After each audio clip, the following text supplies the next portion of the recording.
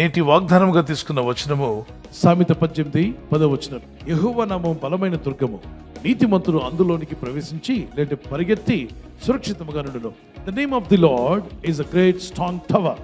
Righteous runneth into it and be safe.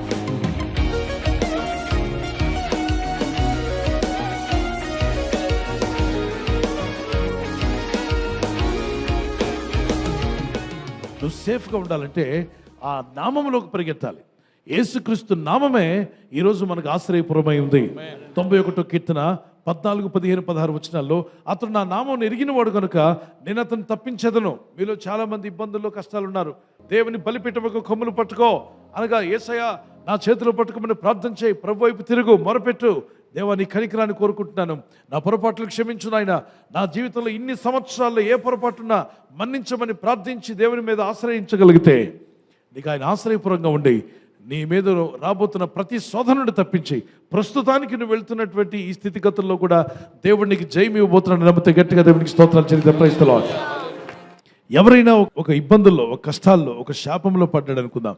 ఒక పాపం చేశాడు దేవుని వాక్యానికి విరుద్ధంగా, అతని మీద శాపం వచ్చేస్తుంది. పాపం యొక్క శిక్ష రాబోతుంది, లేదా తాను చేసిన తప్పిదానికి శిక్ష అతని మీద పడబోతుంది.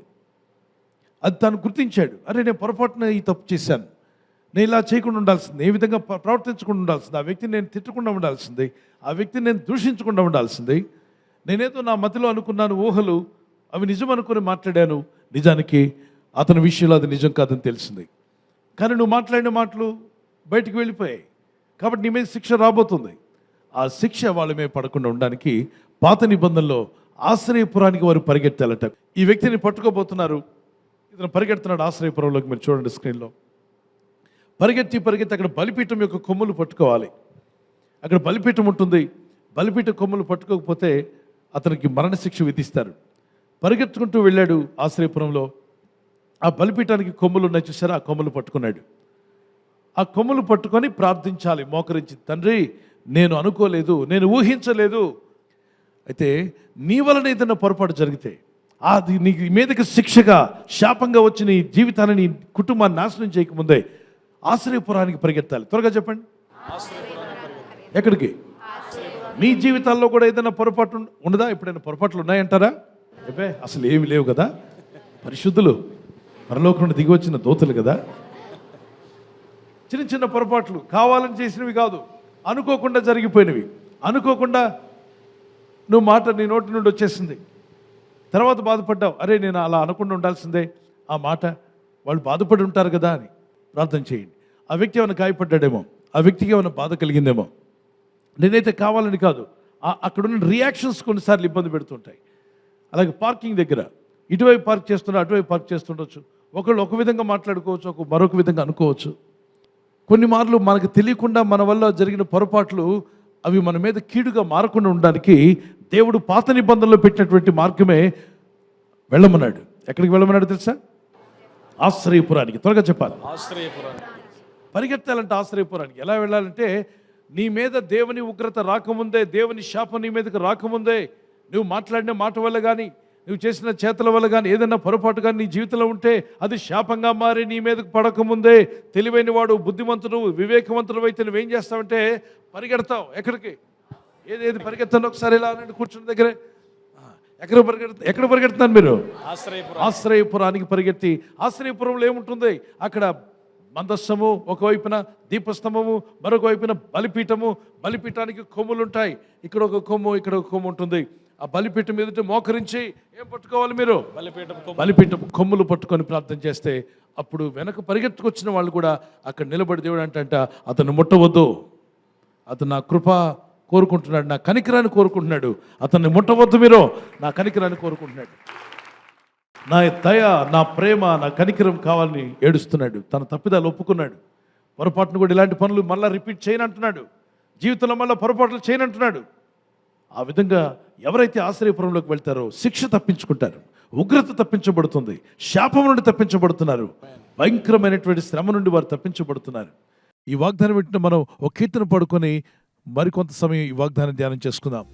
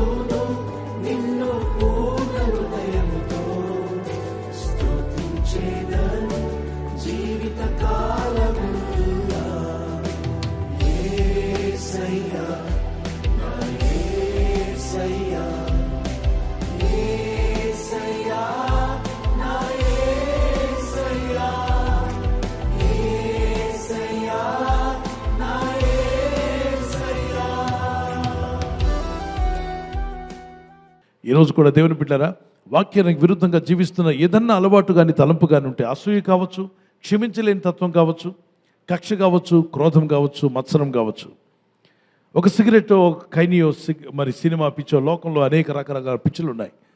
ఒక మందు తాగే అలవాటు కానీ, ఇతరులను బాధ పెట్టే అలవాటు కానీ, దూషించే అలవాటు కానీ, బూతులాడే మాటలు కానీ, ఇవన్నీ కూడా వాక్య విరుద్ధమైనవి. బైబిల్ అంటాడు, లేవికాండం 25:17 మర్చిపోకండి అంటాడు దేవుడైన ప్రభు, ఒకరిని ఒకడు బాధపరచుకోకండి అంటాడు. ఒకరిని ఒకడు బాధపరచుకోవడం దేవుని చిత్తం కాదు పిల్లరా. చదవండి, మీరు ఒకరినొకరు బాధింపక నీ దేవునికి భయపడవలెను. భార్యను భర్త బాధ పెట్టవచ్చా? వినాలి, త్వరగా చెప్పాలి. భర్తను భార్య బాధ పెట్టవచ్చా? పిల్లలు తల్లిదండ్రులను దుఃఖపరచవచ్చా? దేవుని సేవలో ఉన్నవారు మీకు నాయకులుగా ఉన్నవారిని దుఃఖపరచవచ్చా? నో. అక్కడ అంటాడు, మీరు ఒకరిని ఒకరు బాధింపక, మాటల చేత బాధించవద్దు, చేతల చేత బాధించవద్దు, కార్యక్రమాల ద్వారా బాధించవద్దు. మీరు చేసిన ఏ కార్యక్రమం వల్ల కూడా ఒకరిని ఒకరు బాధ పెట్టుకోకండి.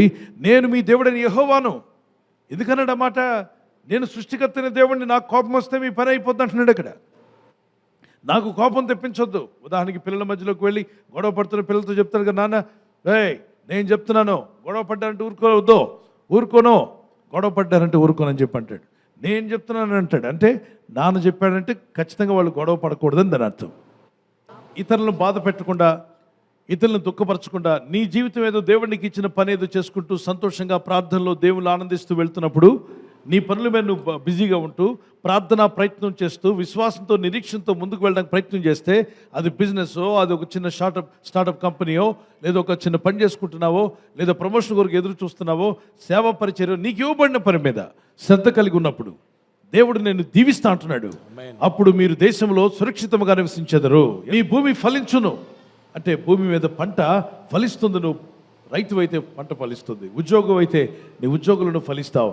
అలాగే ఒకవేళ వ్యాపారం అయితే బిజినెస్లో కూడా నువ్వేం చేస్తావు? ఫలిస్తావు. తర్వాత, మీరు తృప్తిగా భుజించి దానిలో సురక్షితంగా నివసించెదరు. తృప్తిగా భుజించి దానిలో సురక్షితంగా నివసించెదరు. ఎలా ఉంటారట? తృప్తిగా భుజించి సురక్షితంగా ఉండాలి. మీలో ఎంతమంది చక్కగా భోజనం చేసి సురక్షితంగా ఉండాలని ఆశపడుతున్నాను? నేను ఆశపడుతున్నాను మీరు ఎంతో బాగుండాలని. ఆమేన్. అయితే ఏ భోజనం? మొట్టమొదటిగా దేవుని వాక్యం అనే భోజనం. ప్రార్థన చేసుకుందాం. ప్రతి ఆశ్రయపురము యేసయ్య అయి ఉన్నాడు. ఆమేన్. ఈరోజు మన ఆశ్రయపురం మీద ఎవరో చెప్పగలరా? యేసుక్రీస్తు ప్రభువారు. ఈరోజు ప్రజలు ఎక్కడికో పరిగెత్తనక్కల్లా. అందుకే సర్వజనులారా నా యొద్దకు రమ్మని ఆయన చేతులు చాపి పిలుస్తున్నాడు. సర్వలోక జనులారా నా యొద్దకు రండి, నేను మీకు విశ్రాంతినిస్తాను. ప్రయాసపడి భారం మోస్తున్న సమస్త జనులారా నా యొద్దకు రండి, నేను మీకు విశ్రాంతిని, మనశ్శాంతిని, సమాధానంను, ఆత్మరక్షణను, నిత్య జీవమును ఇవ్వడానికి వచ్చాను. అది మీకు ఉచితంగా దయచేస్తాడు. నా పొరపాట్లు, నా దోషములు ఏవి నా మీద పడకుండా అవన్నీ కొట్టివేయబడి ఒక నూతన జీవితంలోకి, నూతన ఆశీర్వాదంలోకి, అమేజింగ్ బ్లెస్సింగ్స్లోకి నా కుటుంబం ముందుకు అడుగు పెట్టాలనుకున్న వారు మీ చేతిని పైకెత్తండి. ప్రార్థన చేసుకుందాం. ఎంత గట్టిగా ప్రార్థించగలరో అంత గట్టిగా ప్రార్థించండి. యవనస్తులు, స్టూడెంట్స్, పెద్దలు, చిన్నలు కూడా నాన్న మీరు ప్రార్థిస్తున్నప్పుడు ప్రభు వింటున్నాడు మీ ప్రార్థన. అది గుర్తుపెట్టుకోండి. మీరు మౌనంగా ఉంటే మీ ఏ ప్రార్థన చేయట్లేదని అర్థం. మీరు ప్రార్థిస్తే జవాబు రాబోతుంది. చేతులు ప్రభు చూపిస్తూ, ప్రభా నీ సహాయం నేను కోరుతున్నాను, నీ సహాయం నేను కోరుతున్నాను యేసయ్యా, నీ సన్నిధిలో నీ సహాయం నేను కోరుచున్నానయ్యా. నన్ను తాకండి మా ప్రభా, నన్ను బలపరచువాడు నీవే, నన్ను అభిషేకించువే యేసయ్యా, నీ ఆత్మబలము నాకు దయచేయమని ప్రార్థిస్తూనే ఉండు. నా కొండ, నా కోట నీవై ఉన్నావు, నా ఆశ్రయ దుర్గము నీవే, నా ఆశ్రయ దుర్గమా యేసయ్యా సహాయం దయచేయమని ప్రార్థిస్తున్నాను. నా ఆశ్రయ దుర్గమా యేసు, నీ కృపలో నన్ను నింపు నాయన, నన్ను అభిషేకించు ప్రభా, నీ కృపతో నింపమని ప్రార్థిస్తున్నాను. నీ ప్రజలు ఎక్కడున్నా నీ కుమార్తెలను తాకండి. యవన బిడ్డలు ప్రార్థిస్తున్నారు, స్టూడెంట్స్ ప్రార్థన చేస్తున్నారు, ప్రపంచంలో ఎక్కడున్నా ప్రార్థిస్తూనే ఉండు. ప్రభు నీ ప్రార్థన వింటూ ఉన్నాడు. Jesus, anoint your children, pour out your Holy Spirit, Father, let your anointing come upon your people right now. ఆశ్రయము నీవై ఉన్నావు తండ్రి, నీ దయ కోరుచున్నాం ప్రభా. ఆ బలిపీఠము కొమ్ములు పట్టుకొని ప్రార్థిస్తున్న నీ ప్రజలు దీవించబడ్డారు, ఆశీర్వదించబడ్డారు, మేలుతో నింపబడ్డారు. అయ్యా నీ కృప మాకు దయచేయమని అడుగుతున్నాను. మీ సన్నిధి కాంతి మా మీద ప్రకాశింపచేయండి. నీ ప్రజల మీద ప్రతి దోషము తీసివేయబడాలి నాయన. పొరపాటును మాట్లాడిన ప్రతి పొరపాటు మాటలు తీసివేయబడాలి. Oh Lord help us Lord my God. Jesus save your people my God. Protect your people master. Bless your people my God. Anoint your people my God. Let your anointing come upon your people right now. Let the blessings of God come upon your people right now. Jesus, anoint your people in the name of Jesus. మా ఆశ్రయం నీవై ఉన్నావు తండ్రి. మా ఆశ్రయ దుర్గము నీవే. నిన్నే ఆశ్రయించి ఉన్నాను ప్రభా. నిరాశ్రయులకు ఆశ్రయమైన దేవుడవు నీవే. ఎవరైతే ఒక నివాసము లేక, ఉద్యోగము లేక, వ్యాపారము లేక, ఇల్లు నడుపుకోలేక, జీవితాన్ని పోషించుకోలేకపోతున్నారు, మా అందరికి ఆశ్రయపురముగా నువ్వు ఉన్నావు తండ్రి. మమ్మల్ని లేవనెత్తువాడువు నీవే. రక్షణ లేని వారికి రక్షణ. నీ బలిపీఠము కొమ్ములు పట్టుకున్నారు తండ్రి. ప్రార్థిస్తున్నారు ప్రభా. డాడీ నన్ను క్షమించు, నీ కృప నాకు కావాలని గట్టిగా అడుగు. డాడీ నాపై కనికరం చూపు నాయన. Jesus show mercy upon me lord. గొప్ప వెలుగు, సమాధానం తోడై ఉండి ఆశ్రయపురమని యేసుక్రీస్తు వారి యొక్క కృపగల నామంలో దీవెన, మేలు మీకు, మీ కుటుంబాలకు కలుగును గాక. బర్త్డే జరుపుకునే వారికి happy birthday to all. May God bless you. Many more returns of the day. ప్రభు మిమ్మల్ని దీవించి దయాకిరీటం ధరింప చేయను గాక. మీకు వాగ్దానం యెషయా 48:17 వచనం. నీవు నడవవలసిన త్రోవను నేను నడిపించుదును. Those who are celebrating birthday, this is the promise of God for you. He directs you in the way you should go. మీరు వెళ్ళాల్సిన మార్గాన్ని దేవుడు మీకు డైరెక్ట్ చేసి నడిపించును గాక. ఆమేన్. Praise the Lord. మరి వెడ్డింగ్ యానివర్సరీ జరుపుకునే happy anniversary. Many more returns of the day. God bless you. ప్రభు రాకడ ఆలస్యమైతే మీరు silver jubilee, golden jubilee, platinum జరుపుకునే కృప కూడా దేవుడు మీకు దయచేయను గాక. నేను మీకు ఖ్యాతిని, మంచి పేరును తెప్పించుదును. I will give you honour and praise. జెఫన్యా 3:20 వచనం.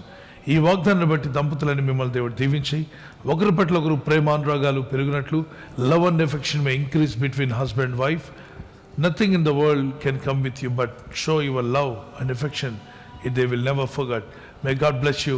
ఒకరి పట్ల ఒకరు సహనము, ప్రేమ కలిగి ఉండేవారుగా ప్రభు మీ కుటుంబాలను ఆదర్శ దంపతులుగా మార్చును గాక. ఆమెన్. God bless you.